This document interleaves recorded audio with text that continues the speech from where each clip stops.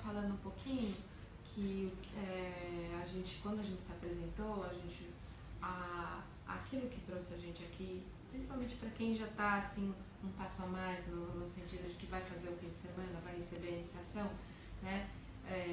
Cada um usou uma palavra que poderia, nesse momento, resumir esse esforço de estar aqui, né? Esse esforço concentrado de estar aqui, de estar ouvindo, de passar horas ouvindo, de esforço financeiro, um esforço, enfim, energia, né? E que essa pequena busca que é individual, que traz você, que mobiliza você para estar aqui, ela é uma face, é um aspecto de uma busca da felicidade, que é o que a gente está sempre na vida, né? E que essa busca da felicidade, ela é constante porque enquanto a gente estiver buscando algo que está fora da gente, né? Alguma coisa, algum objeto, uma relação, né? Eu usei um exemplo profissional ou uma relação pessoal, objetos materiais, né? E aí, toda vez que a gente alcança alguma coisa que a gente está almejando, na hora que a gente tem aquilo, a gente tem algumas reações típicas, que é ou a gente imediatamente perde o interesse por aquilo que a gente estava buscando e aí a gente fica procurando a próxima coisa que a gente quer, ou a gente fica apegado àquilo e não quer perder, fica com medo de perder aquilo e fica achando que, né, fica com medo, com ciúme ou qualquer coisa, medo mesmo, preocupação, como é que vai, né?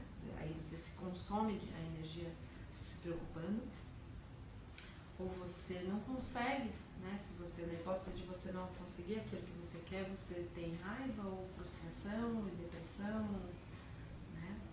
E, ou seja, não importa o resultado da sua busca, né?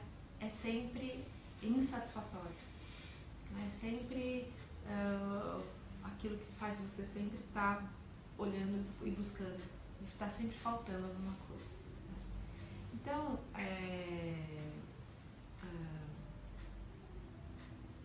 o yoga, na verdade, é um sistema que traz um método para você se conhecer, né? E conhecer aquilo que já foi um dia, né, a sua fonte de felicidade. Essa coisa, esse drive da gente estar sempre buscando, é porque a gente sabe que existe essa possibilidade de ser feliz. A gente já foi, né? Enquanto a nossa consciência foi de né, quando a gente era criança, antes da gente sofrer a educação da cultura, da família, da educação formal, a gente já teve essa consciência. E a gente tem essa dica de que é possível. E é por isso que a gente está sempre buscando, né? Então o yoga, ele é um sistema, né, que traz a possibilidade de você tirar da frente, desprogramar, né,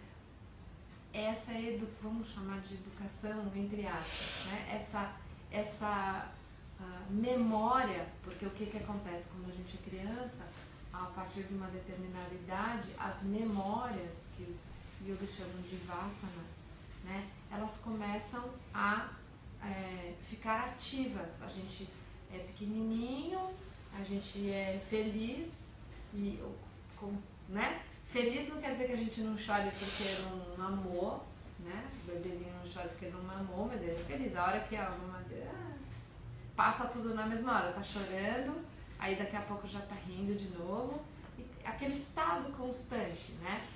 Que felicidade não é aquilo que está na superfície. Felicidade é aquela constância, né? Aquele estado de amor o tempo todo, estado de contentamento o tempo todo, constante, né? E as ondas de emoções estão na frente e choro, fico com raiva, me dá, não sei o quê, e depois estou rindo de novo, né? Porque isso tem um fluxo, tudo flui. né? Tá tudo livre, desimpedido. Aí, à medida que essas memórias, né, dos hábitos até de outras vidas que a gente teve vão acordando, vão despertando, né, com as situações que a criança vai vivendo, né, já começa a entrar no, né, e aí vai chegar na separação, eu sou uma pessoa, outro é outra pessoa, enfim, né, e aí começa, né, o sofrimento, aí começa a angústia, né, e aí a história pessoal, aí a cultura, aí o hábito, aí como que foi criado, etc. E assim a nossa história toda comum, né, que nós temos. Então, o yoga pretende ser isso. Kriya Yoga, né, é um sistema ligado, no caso, essa escola em particular, né, ela é uma escola ligada aos Siddhas do sul da Índia. Tá? Então, é muito... vocês, a maioria de vocês, eu acredito, conhece um livro chamado Autobiografia de um Yogi, né? Que se você já conhece o Babaji, você deve, né, ter lido esse livro, Autobiografia de um Yogi. E essa escola que eu represento aqui, não é a mesma escola do Yogananda, a Self-Realization. Né? Então, a Kriya Yoga, como escola e como sistema, ela pode ser, você pode ver a Kriya Yoga assim, existiam vários rishis e siddhas que foram a fonte do Kriya Yoga, né? que criaram um corpo de conhecimento e técnicas, né, de transformação, né, e que o Babaji foi aluno de 2 siddhas que criaram, né, então eles são a raiz, se você pensar assim, fazer uma analogia com uma árvore, né, então os siddhas são essa raiz de todo conhecimento do Kriya Yoga. O Babaji foi o tronco, porque ele pegou foi aluno de 2 desses siddhas, e a partir dele você tem toda uma ramificação de escolas. Então você tem conhecidas, são a escola Self-Realization, mais conhecida, que quando o Yogananda veio para o Ocidente, né, fundou a Self-Realization. Aí você tem um outro discípulo do Shri Yukteswar que chamava Hariharananda, né, que tem uma linhagem também, que chama Kriya Yoga Institute, acho que é assim que chama. E você tem a linha do Ananda Church, do Kriyananda, você tem as linhas dos netos da linhagem do Lahiri Mahacharya. Então, e tem mais do que isso, né? E você tem essa tradição Kriya Yoga, que a gente chama de Kriya Yoga de Babaji, né? Que ela não está ligada com toda essa Índia do Norte, ela está ligada com essa cultura do Sul, dos Siddhas, né? Ela é uma cultura que até mesmo para o restante da Índia é um pouco desconhecida, porque o Tamil Nadu é um estado muito que eles são lá do Tamil Nadu, e ele é um estado muito fechado, né? É um estado um pouco isolado, eles são muito orgulhosos de si, tudo, né, Tamil, a língua Tamil é muito mais sagrada do que o sânscrito, eles tem uma disputa ali, né? E aí os livros em Tamil não são conhecidos no resto da Índia. Hoje em dia, e o meu professor tem um papel muito importante nisso, livros muito importantes, né, textos sagrados muito importantes do tipo um chamado Tirumandira, está sendo traduzido nas outras línguas, né, nas outras línguas para o resto da Índia conhecer, que eles não conhecem. É muito incrível, né?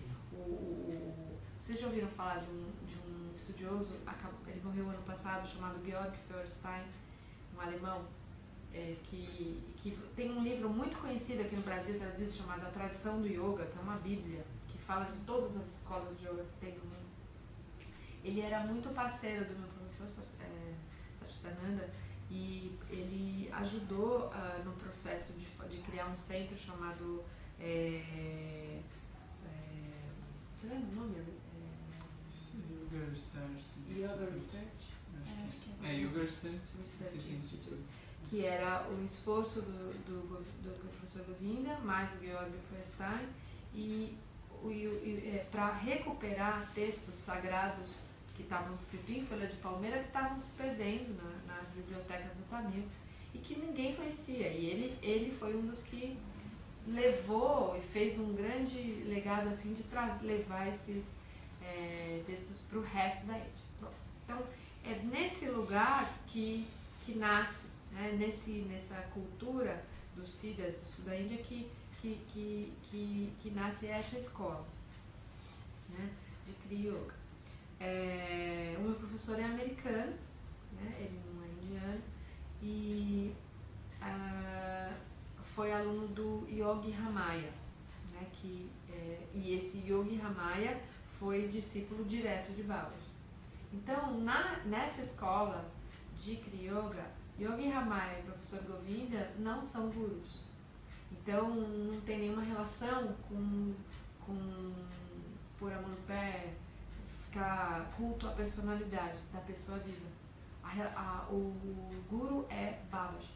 Então, a relação é direta, né, com ele. Tem uma história engraçadinha que eu vou contar. Eu fui, ano passado, para a Índia, fui num lugar que chama Parangipetai, que é uma cidadezinha onde o que a história diz que é a cidade que o Babaji nasceu. O Babaji Nagaraj, a figura humana do Babaji. E que, então tá lá, você vai no templo, tá, o templo dele, tem o lugar exato, onde era a casinha dele, enfim, eles puseram lá os pezinhos, etc. Tem um sacerdote que faz um puja pra você, assim, que você vai lá visitar e tal, né? Aí a gente tava lá, fazendo as coisas e tal, aí ele parou assim, olhou e falou, tava só eu e a Durga, só 2 pessoas. Aí ele olhou e falou assim, Kriya Yoga? Student? Aí ele, which guru? Aí a gente falou, Babaji. Aí, não, which guru? Babaji. Não, guru. Babaji. Aí, direct? Direto? Então ele ficou todo fazendo lá, o puja, ficou todo animado. Enfim, toda a história, porque eles não estão acostumados, você tem uma relação com algum professor, né, um professor intermediário. Então nessa escola, o guru é Babaji, então toda a força. Então quem vai dar a iniciação esse fim de semana, não sou eu exatamente, né, eu não sou iluminada, inclusive, né, se você ainda não assinou o seu compromisso, você pode desistir, né? Porque eu não sou uma pessoa iluminada, não sou um guru, né? E a gente não tem a pretensão. O sistema que a gente tem é alunos avançados e em um determinado ponto do caminho passam por um treinamento onde a gente pode distribuir a técnica. Porque técnica, ela vai para você com energia. Então, é diferente de você fazer um curso. Eu vou lá, vou fazer um curso e vou ter uma troca intelectual com a pessoa. O que você vai trocar aqui é energia, a gente vai trocar consciência. Então, o que é possível, a partir de um determinado tempo de prática, é possível transmitir com consciência. Então, a mesma consciência que foi transmitida para o meu professor, ele transmitiu para mim, a partir da prática que eu trago, eu posso transmitir para você. A partir da sua prática, você vai ter essa semente para você utilizar. Então, é possível você ter resultados muito poderosos, assim, na medida que você faz, porque o que você vai levar com você não é só um conhecimento, mas é um conhecimento magnetizado, né, pela energia do Babaji. Tá? Então, o que você recebe é Shakti, tá? É energia, então cada palavra existe um método de repetir isso, as coisas, assim, você recebe, a gente faz a prática que nem os indianos, a gente faz repetição, né?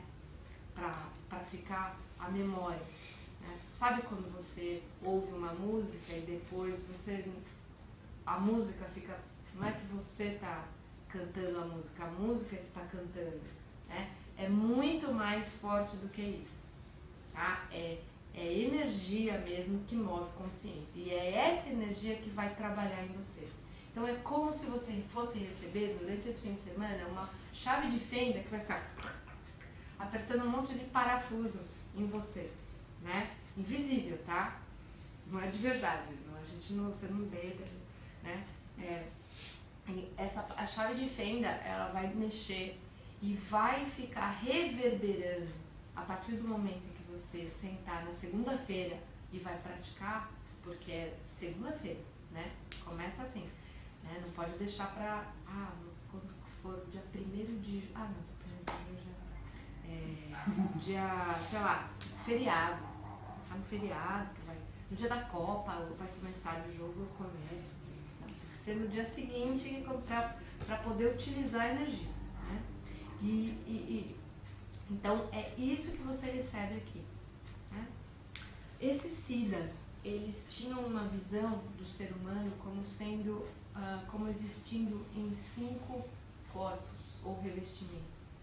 Então eles criaram um sistema para desenvolver, purificar esses 5 corpos, tá?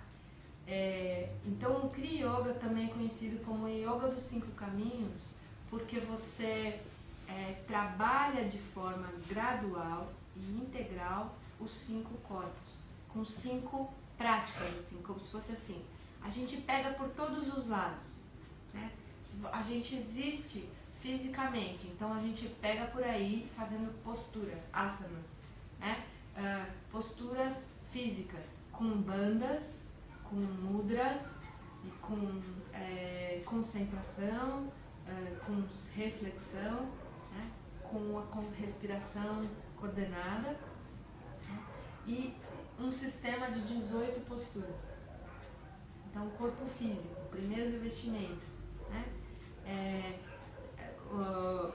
O sistema do Kriya Yoga é um sistema um pouco mais, depois quem quiser dar uma olhadinha para conhecer, é um sistema, aquele livrinho azulzinho ali, é um sistema de 18 asanas, algumas muito simples e outras bem complexas. Outras não são uma postura, é uma série em uma só, né? E aí o objetivo dessas posturas é fortalecer seu corpo, assim, tudo que vocês que já têm experiência com yoga sabem, né? Fortalecer o corpo, flexibilizar, mudar padrão, mas basicamente quer abrir uma estrutura invisível da gente, que é a estrutura energética, que a gente chama de encanamento. Abrir esse encanamento por onde a energia passa hoje. Então, esse encanamento, assim, a coisa mais próxima que a gente pode entender esse encanamento é o sistema nervoso, né? Então, a gente vai, essas técnicas, elas vão, de uma certa forma, fortalecer o seu sistema nervoso. Então, o que é um sistema nervoso fraco? Qualquer emoção te tira do eixo, tá? É os nervos, né? Como fala lá em São Paulo, os nervos, né? Qualquer coisa porque o que é emoção? Emoção é energia, traduzida, tá? Você sente uma carga de energia, aí aquela carga, ela tem características de irritação, ou de depressão, que é falta de energia, e aí a mente entra e explica aquela energia. Então a emoção é uma combinação de essa energia no sistema nervoso, ao mesmo tempo de uma explicação mental que vai lá para a experiência que você já sentiu aquilo e categoriza, tá? E o que é que sente a emoção? É o sistema nervoso. Tá? E o que é o sistema nervoso? O cérebro, né? Aquela espinha, né? E os nervos que irradiam para todos os órgãos e todas as funções. Tá? Então, quando você faz Hatha Yoga, você está fortalecendo o sistema nervoso. Cada vez mais você aguenta uma carga maior. E não é só esse sistema nervoso, existe toda uma estrutura, uma anatomia sutil, né, que a gente chama de campo, aura, cheia de canais de energia. E esses canais também vão ser, você vai poder abrir esses canais para que você possa receber mais energia, não só circular pelo sistema nervoso, mas por esses canais de energia. Então é como se a gente fosse uma lâmpada sei lá, funcionando hoje em dia de 60 watts, e a gente, com yoga, com Hatha Yoga, a gente aumentasse o filamento e a gente pudesse receber uma carga maior, né? E a gente passasse para 80 watts, depois de um ano de prática para 100 watts, né? E isso é o que explica essa coisa de que você vai aumentando a força, a determinação, coragem, tudo isso precisa de aumentar mesmo a capacidade de aguentar a energia. Da onde que vem essa energia? Da sua comida, né? Não. O que a gente, o outro caminho, né, que o yoga propõe então, essas posturas físicas que abrem o caminho, o canal, né, para mais energia que virá do pranayama, que é o segundo caminho. Né? Então, o yoga dos 5 caminhos, o segundo caminho chama Kriya Kundalini Pranayama. Tá?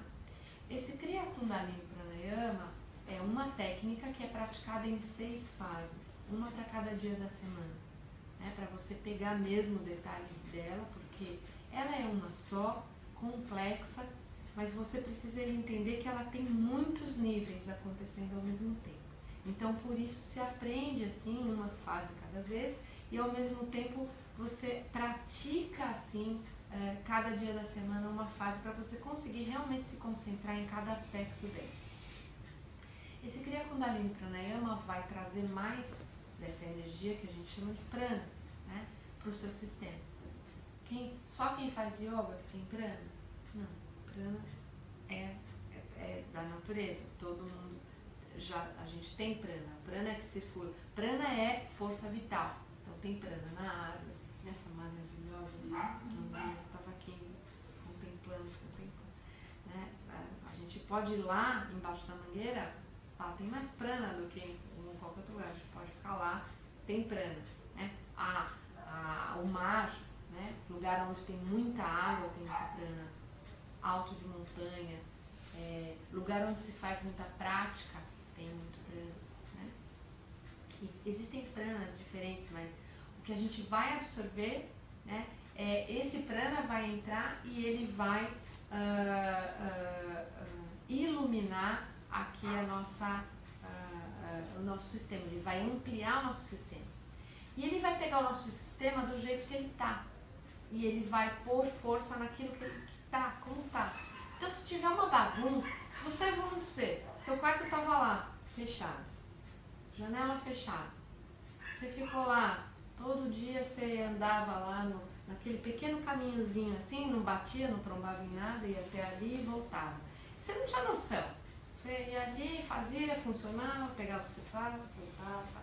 Aí, um dia acende a luz e você vê uma bagunça naquele. Você andava num lugar, você não sabia que estava uma bagunça, né? Porque o caminho está naquele pequeno caminho. Agora, se você quisesse andar para lá e para cá, você ia trombar com um monte de coisa. O que acontece quando você põe mais prana no sistema, às vezes, é se deparar com uma bagunça. Só que ao mesmo tempo, quando a gente põe luz no lugar, e isso é uma coisa que você já deve... Você acha, fala assim, gente, olha isso aqui que eu tenho, que eu nunca mais vi, que eu tinha isso, que coisa, que tesouro é isso, né? Então é a mesma coisa, na hora que a gente põe a luz no sistema, todas as nossas qualidades, potencialidades, elas estão ali, elas vão ter força para poder acordar, e aquilo que a gente não trabalhou, não foi ver, foi deixando para trás, não resolveu, assuntos também, tudo vai ser entrar no... Então, num primeiro momento, o seu ser completo você vai poder ver, né? E aí, então, é que vem por onde você vai pegar, mas então, são 5 caminhos. Então, não para aí, não se preocupa. Você tem o caminho da meditação, né? Que são um kit de 7 técnicas de meditação para vários aspectos da mente. Porque essa bagunça está na mente. Essa confusão, ela é da mente, que é essa interpretação da realidade, da autorrealidade, da realidade fora, é a mente. Então, você tem o Hatha Yoga, que vai abrir os canais, o Pranayama, que vai fazer com o canal aberto, vai poder trazer mais energia para o seu sistema, e as meditações que vão fazer com que você consiga organizar esse espaço, né? Isso aqui é lixo, isso aqui é bom, isso aqui eu vou cultivar, isso eu não vou mais cultivar, isso causa sofrimento, isso causa alegria, isso é a felicidade, isso é passado, isso é o presente, isso é futuro. Então, quando você começa a meditar e você começa a ter força, porque quando vocês já tentaram fazer experiência de meditação? Né? É difícil, né? Meditar. Ficar quieto é dificílimo, ficar parado na mesma posição, ficar 5 minutos parado, aí começa, dói, né? Ai, meu corpo. Aí a mente, ai, mas dói, ai, mas que horas são? Mas que, né? Tipo, tá o tempo todo. Então, meditar é difícil, porque a mente, a natureza da mente é movimento, e não silêncio, e não ficar parado. Então, a hora que você fica parado, e o que acontece quando a gente fica parado? Também aumenta o prana. Quando a gente está falando, pensando, a gente está gastando prana. Quando a gente fica totalmente parado, aumenta a energia. Então, quando aumenta a energia, o que vai acontecer é que aumenta a atividade mental, tá? Porque ela tem que ir para algum lugar, tá? Aumenta a atividade. Ou você não consegue parar. Você fica se mexendo, coça. Que é típico quando a gente começa a meditar. É típico essa coisa de vontade de coçar, de se mexer, né? Então, mas essa mesma energia, você começa a perceber que essa energia ainda vai ficar maior na hora que você começa a fazer pranayama. Só que você tem o que fazer lá, né? As técnicas de meditação do Kriya Yoga, elas não são para deixar a sua mente vazia. Isso é uma coisa que quem tem experiência com yoga, que chega na Kriya, acha muito estranho. Porque ela pode ficar vazia, mas as técnicas não são para isso, né? Você sempre deixa a sua mente ocupada nas técnicas da Kriya. Porque para você achar um ponto de apoio, né, por onde você segura e você utiliza essa energia que vem do pranayama para se concentrar. Tá? Então, e esse primeiro pedaço que eu acabei de falar, esses 3 primeiros caminhos, são o conteúdo desse fim de semana, da iniciação, da primeira iniciação. Esses 3 primeiros são o que o Yogi Ramaya chamava de crème de la crème. Ele falava, a primeira iniciação é o creme de la creme. Indiano, imagina ele. É creme de la creme, com as unhonas.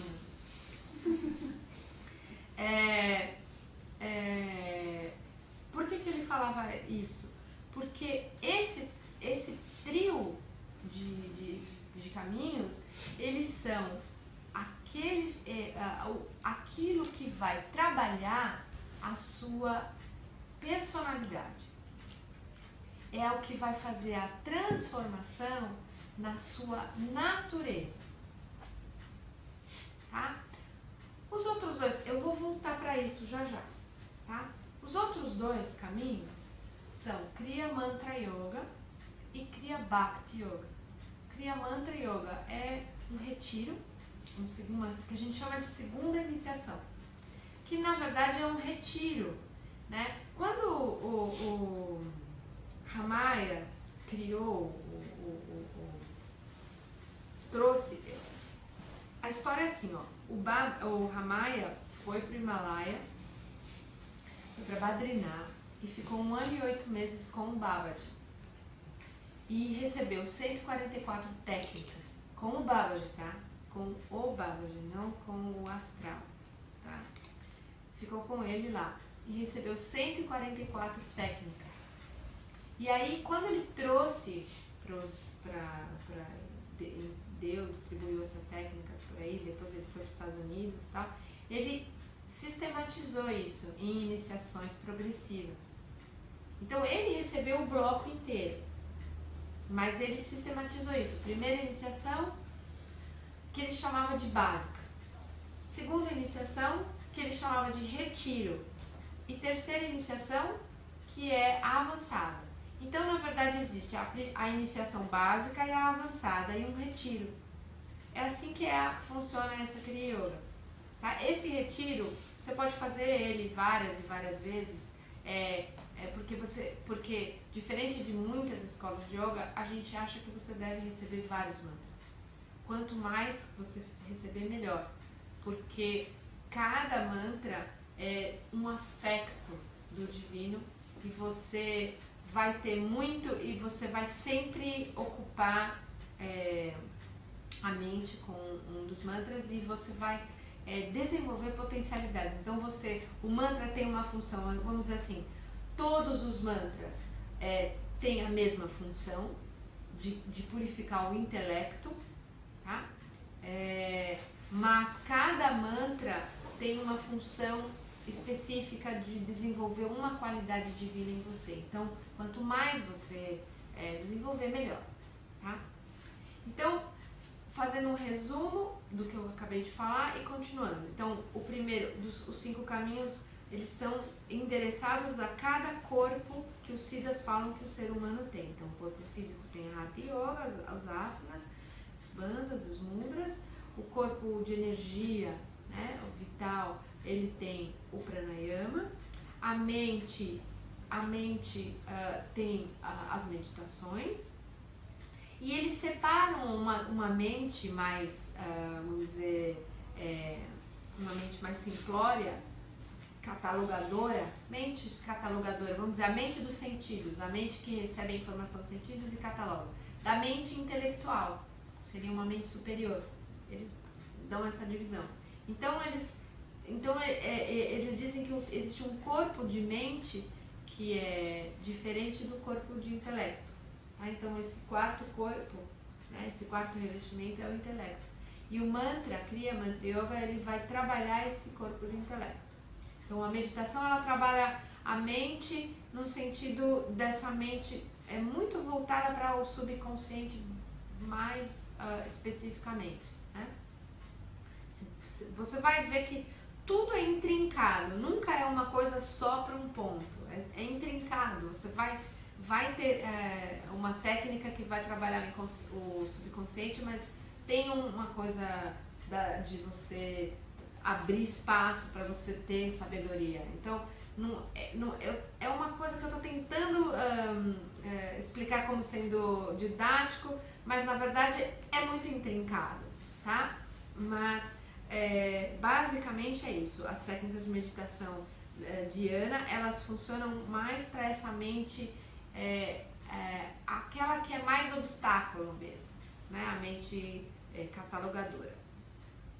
E essa mente intelectual, ela é purificada através do mantra. Então, todos os mantras, que eles têm como função, né, é purificar aquele filtro da razão, né, que a gente traz. Então, a gente tem uma capacidade humana de raciocinar, só que essa capacidade, ela é sempre, na verdade, uma lente. Então, quando você vai refletir a respeito das coisas, o que você tem para usar, que é a sua capacidade intelectual, é sempre baseada na sua história pessoal, na sua formação, na cultura, na língua que você fala, né? Então, a gente pode chegar a conclusões diferentes a respeito de uma coisa objetiva, cada um de nós, simplesmente porque a gente tem histórias diferentes, né? Ou seja, a gente usa o mesmo aparato intelectual e a gente chega a conclusão diferente, tá? Então você chega à seguinte conclusão, é possível eu falar isso para vocês e você chegar à seguinte conclusão: a mente intelectual também é limitada, ela é aquilo que nos distingue de outras espécies, mas ela é limitada. É preciso perceber que ela tem um limite e que é preciso desenvolver ela. Ela é capaz de desenvolver, ela é o pulo do gato, ela é a ponte entre o divino e essa compreensão da transcendência e o que hoje a gente entende de realidade. Mas é preciso purificar, porque do jeito que hoje a gente compreende as coisas, é limitado, é filtrado, é lente com uma cor específica, cada um com a sua lente de um grau ou de uma cor, né? Então é preciso trabalhar. E como é que o mantra tem o poder de fazer isso, né? Eu dou um exemplo assim, tem vários, assim, na segunda iniciação, quando a gente fala sobre mantra, é muito mais, é um tempão. Então eu vou dar uma coisa sintética para vocês. O mantra, quando ele é transmitido para você, ele não é exatamente aquele mantra de CD, tá? Que você ouve no CD, que te dá sei lá, você ouve, você sente um conforto, ou você tava triste e você dá um alívio, você escutar. Então você tem um efeito, o mantra te causa um efeito. Mas esse mantra do CD, mas o mantra que eu falo de iniciação, né, que tem esse poder todo, né, de purificar sua mente intelectual, é um outro tipo. É um mantra que você, para receber, tem que passar por um processo de purificação, né, primeiro. A pessoa que vai te transmitir tem que estar num estado de consciência também, para poder passar para você aquele mantra, né, num estado ampliado de consciência. E o mantra que eu estou falando para vocês, ele é um veículo sonoro de vibração sutil, som e consciência. E isso, materialmente, é magnetismo. Tá? Então, quando você ouve, né, uma iniciação, quando você recebe o mantra, né, o som que entra no seu ouvido, ele cria a vibração e ele, se você praticar, ele tem um efeito magnético. Então, o mantra ele vai sempre funcionar criando esse campo magnético. A mente é um campo magnético. Os pensamentos são ondas magnéticas. Então, como que você chega a essa conclusão sobre o pensamento? Pensamentos têm força, né? Fraco, forte, obsessivos, né? Aqueles extremamente fortes são aqueles pensamentos obsessivos, tá? Então, esses pensamentos que a gente não quer pensar e que eles ficam insistentemente, esses são os pensamentos que têm força, né? Então, a gente consegue chegar a essa conclusão de que um pensamento tem algum tipo de energia quando a gente não quer pensar um pensamento e ele fica lá na sua mente. Se ela é a sua mente, e se você está falando, eu não quero pensar isso, como é que você continua pensando? Então existe uma parte de você que não ainda tem menos força do que esse pensamento. Então o pensamento está separado de algo em você que não quer pensar. Né? Então esse pensamento, ele é uma onda, essa força desse pensamento é magnética, porque é uma coisa de você encaixa o ímã, né? Alguma coisa em você tem vamos dizer, uma parte assim, o pensamento é justamente encaixa, né? Então, o mantra, ele vai ser o antídoto disso. Ele vai ser o magneto. Você começa a prestar atenção no mantra e repetir, e aí a onda magnética desse mantra, ela absorve a energia do pensamento e começa a enfraquecer esse pensamento. O que acaba acontecendo é que você começa a criar uns furos, vamos dizer assim, nesse tecido magnético de pensamentos. Você cria uns buracos. Esse buraco, eles são espaços de silêncio, tá? São espaços de silêncio. E esses espaços de silêncio, eles são possíveis de ser permeados por criatividade e intuição. Então, quando a gente fala que você limpa o intelecto, é porque para você ter vamos dizer assim, refletir, você não pode refletir só com aquilo que você já sabe. Você precisa ter uns silêncios para você poder ter o insight, né? Quando vamos falar sobre um problema, tem um problema e você não consegue achar solução para aquele problema. Por quê? Você sempre pensa do mesmo jeito. Você sempre aborda aquilo com aquilo que você sabe. É natural, tá? Para você ter a solução, você precisa abrir algum espaço para que a solução em geral, vocês já têm essa experiência, vocês devem ter tido. Solução em geral, ela fez BUM, não é? Na hora do banho. Tá lá, que não tá pensando no problema, né? Quando você fica focado no problema, você vê o problema sempre do mesmo jeito, né? Então, o mantra, você repetir mantra, né? Cria esse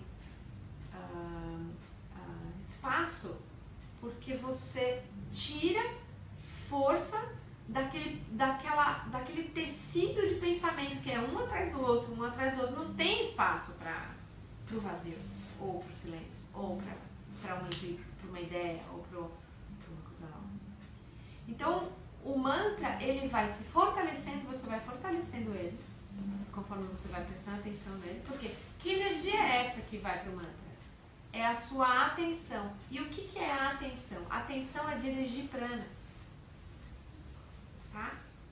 O prana que você tem, aquilo que você presta atenção, aonde você prestar atenção, a sua energia vai até lá. E você magnetiza aquilo. Né? Então, quando você presta atenção no mantra, a energia da atenção está indo para o prana. E aí o pensamento que fica se alimentando da sua energia, que gasta, que você fica exausto de tanto pensar, que te suga totalmente, você vai enfraquecendo. Então, aos poucos, a gente vai se vendo livre de várias obsessões, vários pensamentos, e mudando a forma de pensar, abrindo espaço para o criativo. Então, é nesse sentido, né, que o intelecto se abre e se purifica. Então, esse é o quarto caminho. E o quinto e último caminho é o caminho do Bhakti Yoga, que é o caminho do devocional. Né? E esse é é o caminho yogi, que é o mais parecido com alguma coisa que a gente tem sistematizado, que a gente, assim, que a nossa experiência tem sistematizada com rituais, né? No Kriya Yoga, praticamente, sei lá, 90%, 80% dos rituais são internos, né? A gente é desprovido muito de rito e de tem que ser desse jeito, tem que fazer tantas reverências, não tem muito, assim, esse tipo. O que a gente tem é a gente faz peregrinação para a Índia, a gente faz mantra yagna, a gente tem o fogo sagrado em que a gente canta em volta do fogo sagrado, por exemplo, na segunda iniciação tem. A gente faz isso às vezes num encontro que a gente chama de encontro nacional, que vem pessoas de vários praticantes do Brasil, né? E não existe uma roupa, né? Só na palestra que eu uso essas roupas assim, né? Mas, né? Um cabelo tem que ter, assim, quer dizer, vou até falar do cabelo mais tarde, mas não existe uma ritualística para intermediar esse devocional. O devocional, ele é tudo que você faz para cultivar o amor incondicional. Porque quando você ama incondicionalmente, você está em comunhão com o divino. Porque a compreensão de uma das compreensões de Deus que é o amor. Então, o cultivo do amor, o cultivo da compaixão é Bhakti Yoga. Então, tudo que a gente fizer para isso, leitura de texto sagrado que influencia, ler a vida de santos, exemplos de amor, tudo que cultive o amor é o Bhakti. Tá? Eu tinha falado que eu ia voltar para alguma coisa, mas eu esqueci o que era. Jhana. Da mente, né? Mas gente, eu na hora que eu falei, eu vou esquecer. Aí eu esqueci mesmo. Acho que eu falei da coisa da personalidade, que era da coisa da personalidade, é isso? Né? De voltar. Por que era? Não, eu falei assim, eu vou voltar pra isso. Mudar a personalidade. Eu acho que era das três. Depois eu volto nisso que vai ser falado na primeira iniciação. Tá gravado, né? Também.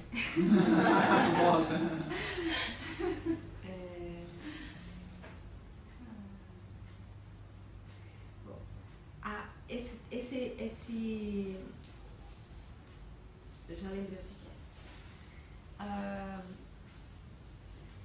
é. Esse trio que a gente vai fazer na primeira iniciação, essa combinação, ela é a mais básica, mas ela não é a mais fácil e nem a mais elementar. Assim, mais... não tô mais não, agora já tô no nível tal. Não. Ela é o que a gente vai fazer pro resto da vida, que é a transformação da nossa natureza. Né? Que é o Aurobindo. Vocês já ouviram falar de Sri Aurobindo? Sri Aurobindo tem uma coisa dele aqui. Vale a pena conhecer Sri Aurobindo, o texto do Sri Aurobindo. Ele é um yogi mais moderno, né? Ele morreu em 1950 e ele foi educado na Inglaterra, mas ele é um yogi total, indiano, mas foi educado, a educação dele, ele foi educado primeiro em inglês ele foi muito criança para lá, ele foi formalmente educado em inglês, então ele conhece tudo, poesia, ele conhece literatura, então ele dialoga demais com a nossa mente ocidental. Então ele é um muito bom tradutor do pensamento yogi para a mente ocidental, porque ele entende muito bem a mente ocidental, então vale a pena conhecer. E o Sri Aurobindo, ele era um militante, ele pôs bomba, assim, ele era militante, terrorista, né, na juventude. E todo o movimento contra os ingleses, né? olha só, ele foi lá, ele fez educação, voltou e virou um extremista. Né? Foi preso e, aliás, toda a coisa da iluminação dele aconteceu na prisão. Incrível, né? E aí depois, quando ele foi ele foi rapidamente, ele teve umas técnicas de Dhyan na prisão, e ele já teve Samadhi lá mesmo, com as primeiras técnicas que ele recebeu, ele já teve Samadhi. Mas o que eu queria dizer é que ele saiu, foi largando esse movimento, sempre teve ele sempre leu jornal até o final da vida dele, ele sempre teve uma posição política, ele sempre, nunca foi em cima do muro em relação ao que acontecia, nunca ficou, vou lá para a caverna e deixo sempre ele teve uma atuação, né? Por isso que nos Babas dos 18 Siddhas, ele é considerado um dos Siddhas, embora ele não tenha todas as características, porque os Siddhas têm essa característica de imortalidade, mas o Sri Aurobindo, ele tem o comportamento dele totalmente como o dos Siddhas, né? De que você não pode largar o mundo na mão das forças da escuridão e da discórdia, que você, como um yogi, você tem uma responsabilidade com o mundo, uma responsabilidade com a comunidade, com a política, né? Enfim. Sri Aurobindo, mas só que, enfim, os antigos amigos dele, extremistas, chamaram ele para voltar para o movimento e fazer a revolução, que era necessária a revolução contra os ingleses. E aí ele disse que ele falou uma frase que ficou muito célebre, que é muito famosa, que é assim: fazer a revolução contra os ingleses é moleza. Fazer a revolução contra a nossa natureza, aí é que é a questão. Essa que é a verdadeira revolução. Tá? Então, por isso que eu falo, a primeira iniciação, ela é a gente criando, levantando uma bandeira e falando, vou fazer uma revolução contra a minha natureza. E uma das definições, né, que o Satchitananda fala muito de yoga é fazer ao contrário. O que é yoga? Yoga é fazer ao contrário. O que você quer fazer agora? Você quer ficar sentado? Então fica de pé. Você quer comer? Então não come. Você quer falar? Então fica em silêncio. Então, se você pensar, as posturas de yoga você tem que ficar de ponta cabeça. Normalmente a gente está de pé, né? A gente faz prática de silêncio. Então, o que você está fazendo é sempre fazer coisas que você habitualmente não faz. Tá? Não é que... não leve assim, eu estou só fazendo uma graça, tá? Você quer ficar sentado, então fica de pé. É só uma piadinha que eu estou fazendo. Porque eu estou querendo só ilustrar que o método do yoga é um método de fazer algo que vai desafiar aquilo que é habitual. Tá? Então, quando você observa alguém que é uma pessoa mais velha, né? O que vai faltando energia vital, a energia vital vai acabando, o que sobra é só hábito. É só hábito. Você pegar uma pessoa mais velha e tirar daquilo que ela faz sempre é pavoroso, porque não tem energia vital que sustenta a coisa da novidade, do que é novo, não tem como, né? Então, o yoga, ele é você criar um desafio para aquilo que é habitual. Né? Então, esses três caminhos, né? Fazer postura, fazer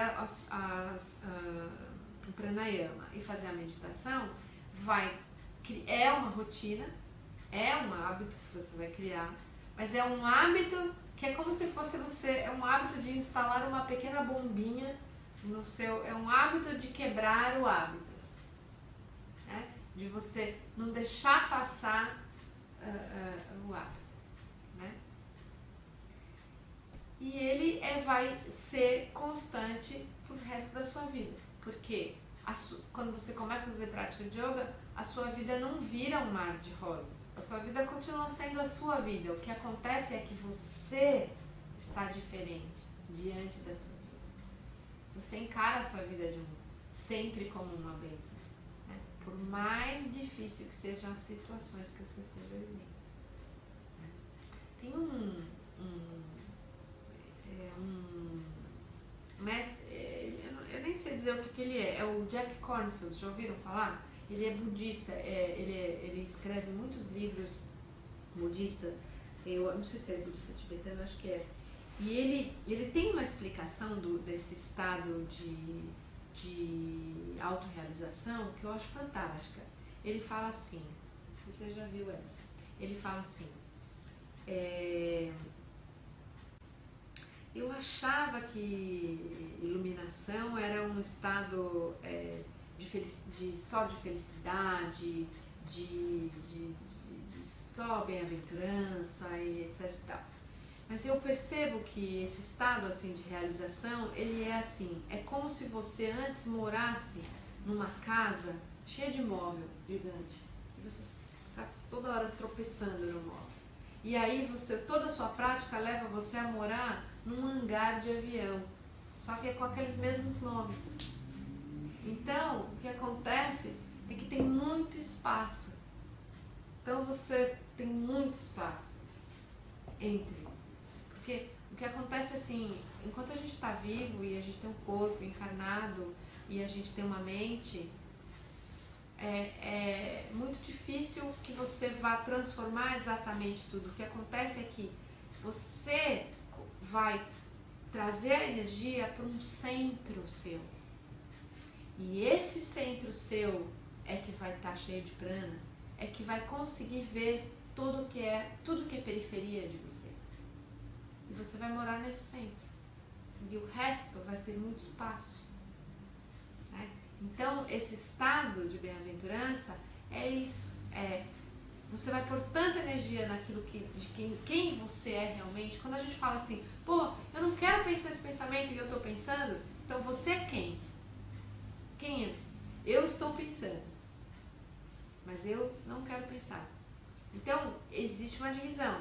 Então, existe algo que essa é uma trilha para você seguir. O rastro é esse lugar que você tem que ir, essa trilha que você tem que ir, porque existe um eu. Existe um eu e o resto não é eu. E o que acontece é que você acha que é. Quando você pensa, você acha que é você que está pensando. Quando você sente dor, você acha que o seu corpo é você. Quando você está com fome, você... E existe um eu que é mais profundo. E quando você faz a prática, você começa a morar nesse lugar. Quer dizer, você começa a limpar o lugar, né? Quando você começa a fazer a prática. Você limpar, começa a ver, né? E aí, ao longo do tempo, o que acontece é você ficar mais...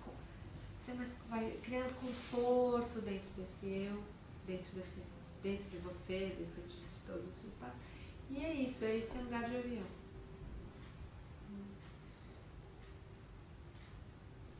Era isso.